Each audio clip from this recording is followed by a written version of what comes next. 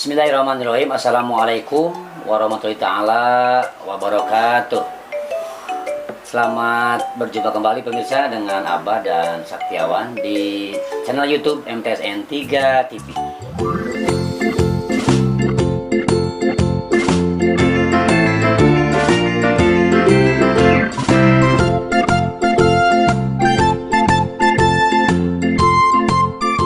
Kebetulan pada hari ini kami akan tanya jawab, ngobrol-ngobrol dengan salah satu mahasiswa PPL dari STAI Dian Lujana Jalan Dagak Subang.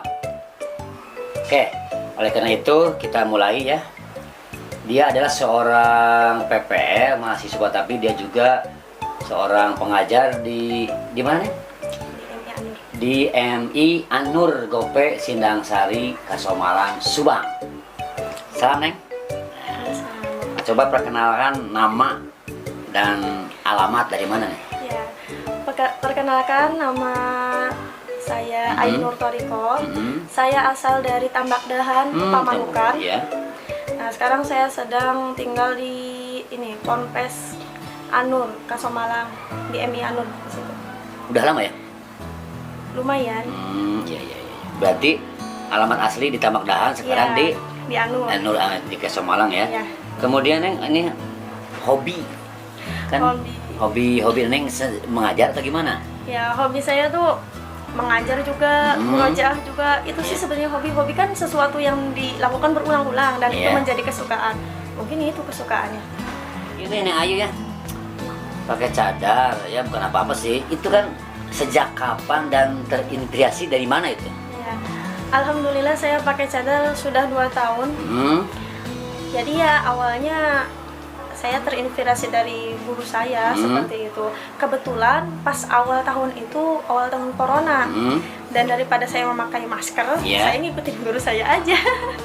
Dan abis ngikutin guru saya, ya saya keterusan sampai sekarang seperti itu. Jadi saya mengambilnya ya fleksibel aja, seperti itu. Baik. Jadi santai aja. Siap. Kemudian Neng, kan ada Neng di pesantren ada tujuan dan harapan. Tujuannya? Tujuan saya itu ketika saya dipanggil oleh Allah Subhanahu wa Ta'ala, saya itu mati membawa iman. Itu yang paling penting, kesuksesan yang sangat luar biasa, kata guru saya juga. Nah, harapan saya itu ketika saya mondok, saya pulang membawa bekasnya mungkin dari akhlaknya atau dari ngajinya, pengetahuannya, apapun tentang kehidupan untuk menuju akhirat, seperti itu Pak. Kita hidup punya cerita ya. Coba ceritakan yang paling berkesan selama Neng hidup sampai saat ini. Yang saya paling berkesan itu adalah, menurut saya itu mencium orang tua ya, mencium orang tua bersalin gitu. Saya sebelumnya gengsi banget. Gengsi, malu gitu. Malu mungkin karena banyak dosa kepada orang tua ya. Gitu. Tapi saya beranikan karena saya berpikir ini untuk kesuksesan saya ke depan, karena kuncinya di orang tua, ridhonya orang tua itu ridhonya Allah. Kalau misalnya Allah udah ridho, berarti orang tua pasti ridho. Berarti ada hal-hal yang mengharukan, apa itu? Ada hal-hal yang paling mengharukan itu, saya minta maaf sampai bisa menangis. Itu paling mengharukan. Padahal itu sangat gengsi yang luar biasa. Pas ketika minta maaf banyak dosa, banyak ini, selalu merepotkan saya menangis di sini. Ya seperti itu. Terus misalkan sekarang di MK An-Nur ya, ada murojaah, belajar. Terus sekarang kesan pesan ke orang tua nanti gimana tuh harapannya? Harapan saya untuk ke depan itu saya bisa hatam Quran 30 juz, saya bisa mutkin, karena yang hafal itu belum tentu mutkin Qurannya, dan yang mutkin Qurannya belum tentu istiqomah untuk menjaga hafalannya.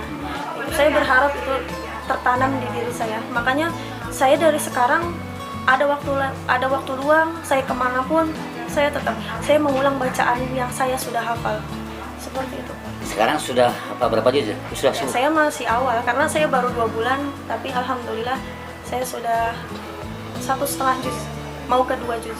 Berarti ada hal yang ditakuti, ya pasti. Apa itu? Yang saya paling takuti adalah saya tidak bisa menjaga, saya tidak bisa menjaganya. Karena kan ada yang istilah kalau kita hafalan ya, kalau tidak sering dibaca, kalaupun sering dibaca tapi melakukan hal-hal yang di luar aturan, kadang-kadang bisa melupakan hafalan kita. Iya. Nah, bagaimana menjaganya itu? Nah, untuk menjaga hafalan tersebut yaitu ya dengan mengulang lagi, karena begini, jangan buang-buang waktu. Kalau misalnya kita membuang-buang waktu, ya kita sama saja kayak melupakan hafalan kita. Kayak gitu. Nah, baik pemirsa, asik kan ngobrol-ngobrol sama Neng Ayun nih. Terus Neng begini ya, kan Neng sekarang di pesantren. Iya. Pasti ada motivasi untuk diri sendiri, motivasi untuk keluarga dan untuk terutama orang lain, dan di sini mungkin untuk peserta didik ya. Iya. Coba apa ceritakan, tuliskan motivasi tersebut. Motivasi saya pribadi itu yang paling utama membahagiakan orang tua dengan pencapaian saya, yaitu tadi saya bisa hatam Quran. Itu motivasi saya, yaitu kebahagiaan orang tua itu sangat nomor satu bagi saya. Kemudian ini ada target ya. Iya. Kan misalkan hafalan sampai 30 juz ya. Itu target di sini di pesantren Al-Quran kira-kira menurut pendapat Neng berapa hari, berapa minggu, berapa atau berapa tahun tuh sampai supaya bisa disebut hafidhoh gitu. Oh iya. Sebenarnya di pondok saya itu untuk seumuran saya tidak ada target dan tidak diwajibkan untuk menghafal. Itu inisiatif sendiri dan sudah ada gurunya. Kalau misalnya mau menghafal ya silakan ke gurunya seperti itu. Nah, target saya itu saya per 2 bulan itu bisa hatam 3 juz 2 bulan. Dan tetapi kalau misalnya ada hambatan atau apa, ya mungkin pasti tidak akan selesai target. Dan untuk penghataman Quran itu ya paling lama di mana-mana 6 tahun. Paling sebentar itu 3 tahun. Paling sebentar. Tapi ada lagi yang lebih sedikit lagi, 1,5 tahun. Terus kisi-kisi untuk bisa seperti anak di sini supaya bisa menghafal itu apa? Supaya misalkan dia target 2 bulan hafal sekian surat, itu trik-triknya apa saja ya? Oh ya, untuk triknya yang pertama itu salah satunya rajin membaca terlebih dahulu, rajin membaca. Nah, untuk kalau misalnya di sekolah formal seperti ini, itu mungkin kalau misalnya ditarget untuk 1 bulan paling 1 surat bisa. Tetapi itu harus setiap hari store, harus setiap hari ada tambahan hafalan dan mengulang hafalan. Itu bisa 1 bulan 1 anak 1 surat. Karena ini tidak khusus tahfiz kan, ini sekolah formal itu bisa. Itu bisa. Berarti Neng khusus pribadi ya bisa meluangkan waktu, ada waktu-waktu tertentu untuk menghafal gitu ya? Iya. Ini kan beda dengan khusus tahfidz, tidak sekolah formal ya. Iya. Khusus tahfidz ada kan? Nah, berarti Neng Mam tinggal mengatur waktu ya? Iya, mengatur waktu sendiri. Baik Neng, bagus sekali ceritanya, sangat terinspirasi. Mudah-mudahan kami di sini bisa ya minimal kan kita tidak tahfidz juga, bisa menghafal beberapa ayat lah, gitu ya, bisa membaca dengan baik dan benar. Yang terutama kan yang paling sweet mengamalkan dari Al-Quran tersebut.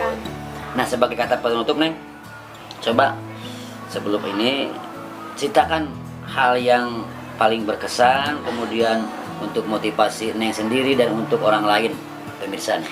Ya, ada sedikit motivasi dan saran untuk teman-teman yang di channel YouTube ini, yaitu banggakan orang tua kalian dengan apapun, mau dengan harta. Kalau misalnya orang tua kalian bahagia dengan harta, mau dengan prestasi, jika orang tua kalian bangga dengan prestasi. Kalau misalnya tidak bisa dengan hal-hal tersebut, berusahalah menjadi anak yang baik, anak yang tidak menentang orang tua. Itu kunci kesuksesan dunia dan akhirat. Seperti itu. Baik Neng, nih satu lupa lagi nih, ini masalah sensitif ya. Maaf nih, kan Neng sebagai hafidhoh. Iya. Ada salah satu yang mengatakan bahwa kalau hafalannya pengen kuat itu tidak boleh pacaran. Iya. Nah, Abah akan nanya nih, ini sensitif ya. Iya. Nah, Neng udah punya pacar belum? Saya tidak. Nah, gimana ini kan normal ya, manusia lah, manusiawi. Supaya kuat hafalan tapi kita bisa ta'aruf dengan lawan jenis, gimana tuh? Kalau pendapat saya mengenai ini, kalau misalnya penghafal sudah berta'aruf, tapi hafalannya baru sedikit, itu mungkin tidak akan fokus. Dan kalau misalnya saya menghafal Quran lalu saya berpacaran, hafalan yang saya hafal itu pasti bakal buyar. cepat buyar, cepat tidak hafal, dan itu hilang begitu saja. Itu apa rasanya? Ya karena pikirannya maksiat, karena yang disebut maksiat itu bukan hanya kelakuan, tetapi pikiran, mata, telinga, mulut, apapun yang di anggota tubuh kita yang tidak diridhoi Allah itu. Alhamdulillah. Baik pemirsa, itu tadi bincang-bincang kami tanya jawab dengan Neng Ayu, PPL dari mahasiswa STAI Riyadul Jannah. Beliau juga mengajar di pesantren MI An-Nur ya. Kemudian MI An-Nur juga ada salah satu komite yang pengajar di sini, Neng. Iya. Oh ya, Pak Acu itu salah satu wakabid bidang akademik. Dan beliau juga sama di sana sebagai komitenya, dan kepada Pak Ustaznya juga sama. Ya, siapa namanya Pak itu? Pengasuhnya? Abi Asep Taufikur Rahman. Abi Asep itu saya juga kenal, cuman ya nggak akrab gitu ya. Mudah-mudahan beliau juga sehat, panjang umur, dan siswa-siswinya, santri-santrinya bisa menghafal Quran, bisa belajar dengan baik dan benar sesuai aturannya. Baik pemirsa, bincang-bincang udah beres, tapi sebelum selesai nih, kan dia seorang hafidoh nih. Abah akan tanya ya pemirsa. Coba Neng, gimana Abah aja yang nanya dong. Coba lantunkan ayat-ayat Quran dari surat Al-Baqarah. A'udzu billahi minasyaitonir rajim. Bismillahirrahmanirrahim. وبشر الذين آمنوا وعملوا الصالحات أن لهم جنات تجري من تحتها الأنهار كلما رزقوا منها من ثمرة رزقا قالوا هذا الذي رزقنا من قبل وأتوا به متشابها ولهم فيها أزواج مطهرة وهم فيها خالدون صدق الله العظيم. Alhamdulillah, sadaqallahul azim wa balaghur rasul karim. Wa nahnu ala dzalika minasyajab syakirin walhamdulillahirabbil alamin. Sangat indah sekali. Mudah-mudahan Neng Ayu khususnya dan yang lainnya bisa menjadi hafal Quran dengan baik dan benar dan bisa mengamalkannya. Amin. Baik pemirsa, alhamdulillah Abah sudah bincang-bincang dengan Neng Ayu dari PPL STAI Riyadul Jannah Jalan Sagap. Oleh karena itu mudah-mudahan bermanfaat untuk pemirsa semuanya ya. Dan jangan lupa share, klik ya channel YouTube MTSN 3 TV agar informasi yang lainnya lebih baik lagi. Sekian, terima kasih. Wassalamualaikum warahmatullahi wabarakatuh.